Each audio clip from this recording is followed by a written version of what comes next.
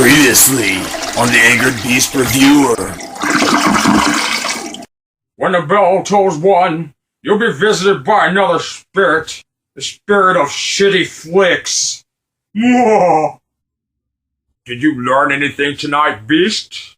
Yeah, I learned a lesson. Get this fucking film out of my fucking Blu-ray player and take it right to your ectoplasmic diarrhea stink ass! I'm the ghost of shitty flicks. Well, I want you to watch this shitty film.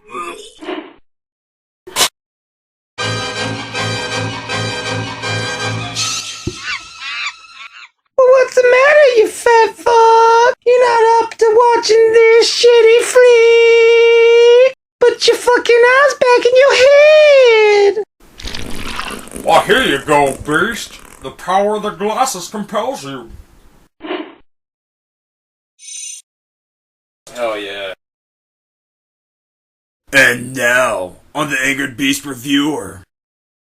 I haven't heard much about the Bagman, and now I see why I haven't. This is one of those blind buys, and boy do I mean that it was a blind buy that I angrily regret. There should have been a warning label clearly posted on the cover that reads, and I mean in bold print, "Stay clear from this bad acting, anal fisting, dog dick licking, putrid mess that is Bagman." This movie is so horrific, and not in a good sense, I'd rather tongue punch a rhinoceros's balloon knot than watch this pile of shit. Ooh, Big Beast, you put your tongue where? I like that. Hell fucking no. This film stinks worse than Gacy's crawl space. I wouldn't piss on this film if it was on fire. The movie reads the cutting edge of fear. But what it means to say is...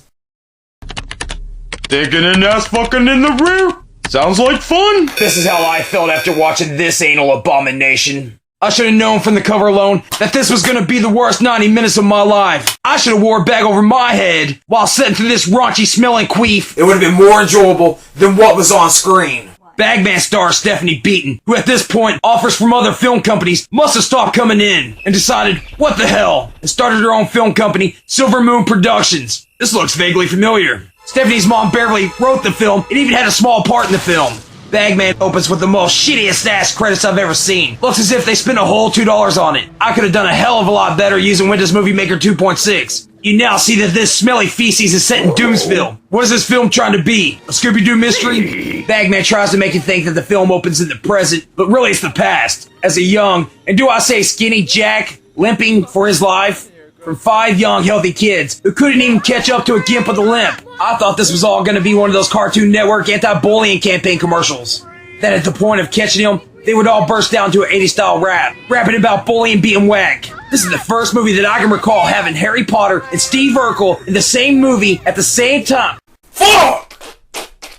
Seeing Harry Potter and Steve Urkel in the same film is most people's dream come true. How the fuck did you get your shitty ass over here? You best not get shit on me! This is where you get the first glimpse of Jack's face. His makeup looks worse than the Halloween Dollar Tree mask. Oh, and by the end, it gets worse. Randy even comes prepared with a bag that has a face drawn on it. Come on, don't you leave your house every day and say, wait a minute, I forgot my bag. I may have to bully someone today. Randy, who's wearing a god-awful wig that looks even worse than a wig on a Goodwill mannequin. At this point, the other 4 are no longer having fun. Hell, Randy silenced their whining real quick when he pulled his dick out and pissed all over a defenseless Jack. No joke. It seems that the size of his dick was more important than a lifeless Jack. What was Randy doing, marking his territory? I swear? Margaret. Then you're giving this I know what you did last summer moment. Yes. Say it. I swear. Sue. That really moved me. It was such a heartfelt moment. I swear. Then it's done. You now skip 10 years to what now is the present. You are now introduced to an older Sue, played now by Stephanie Beaton, the only known star in this poor written, bad directing, sloppy anal bleed. Sue leaving Doomsville behind after the incident. Sue, shows us the viewers her best performance in the film within the first 2 minutes of being on screen. Stephanie is one step away from being a XXX porn star here. But then again, I've seen porn with better acting. After the flame burns out, Sue is down on her boyfriend Matt. Hell, in most relationships, the fighting comes first, then the makeup sex. But no, not in this ass-backward film. Damn, Sue is like a fucking praying mantis. getting what she wants, then biting her mate's head off. This is the last you'll ever see of Matt. After one little fight that Sue instigated, she's now ready to run home with her tail between her legs. Meanwhile, back in Doomsville, Sue's old classmates want to reunite. But not just on any night in Doomsville. It's not just the... But of all nights... It's Friday the 13th. Alright, they already borrowed from I Know What You Did Last Summer. Urban legend. You're gonna die! You're gonna die! And now they're straight up doing scenes from Halloween. Sue's not down to reunite, but her friends take no for an answer. They pull a dumbass prank, causing her to faint, like one of those pygmy fainting goats. Oh, I just saw a bag. Oh. Instead of trying to wake Sue, the friends decide to kidnap her. You see? Such great friends she has. Shut up, you idiot!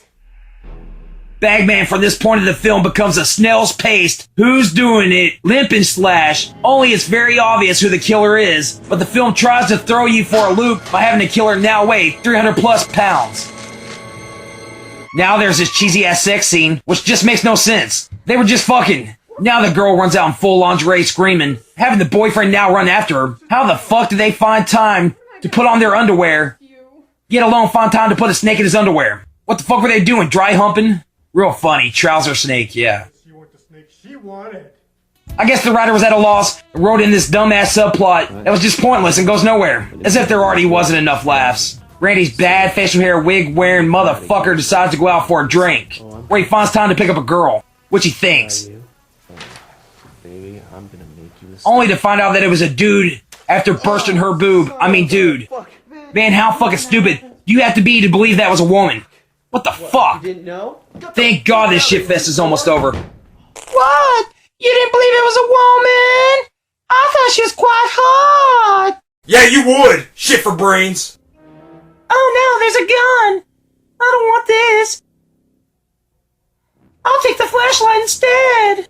Guns are bad. I'll shot them to death. All Sue's doing now is running in circles.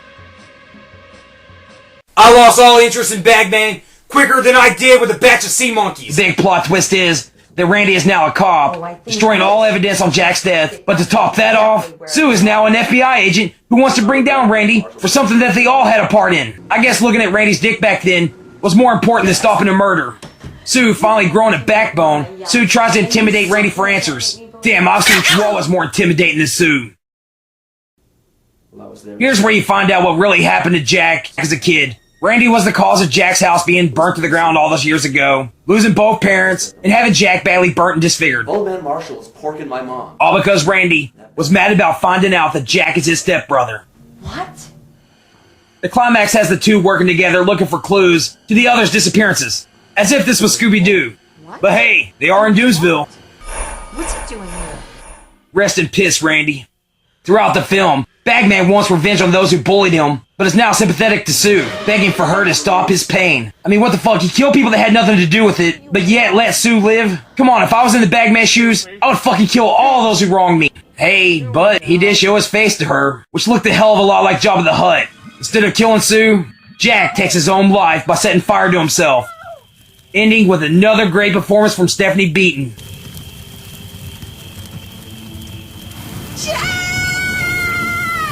So what was your thoughts on Bagman, you piggly beast? What happened? Man, the acting in Bagman is so fucking awful. She gonna be okay? I've seen better acting at a preschool rendition of Annie. I thought the poor acting was on purpose. That it was all part of the script. They actually got paid to play, not act, in this steamy, anal, seepage, messy fart stain that just won't wash away. Pulling a joke on you. I think Jack's alive. Wait, what are you doing? No! Somebody fucking give me some napkins, man. There's shit everywhere, man. Get the shit off me. There's shit everywhere.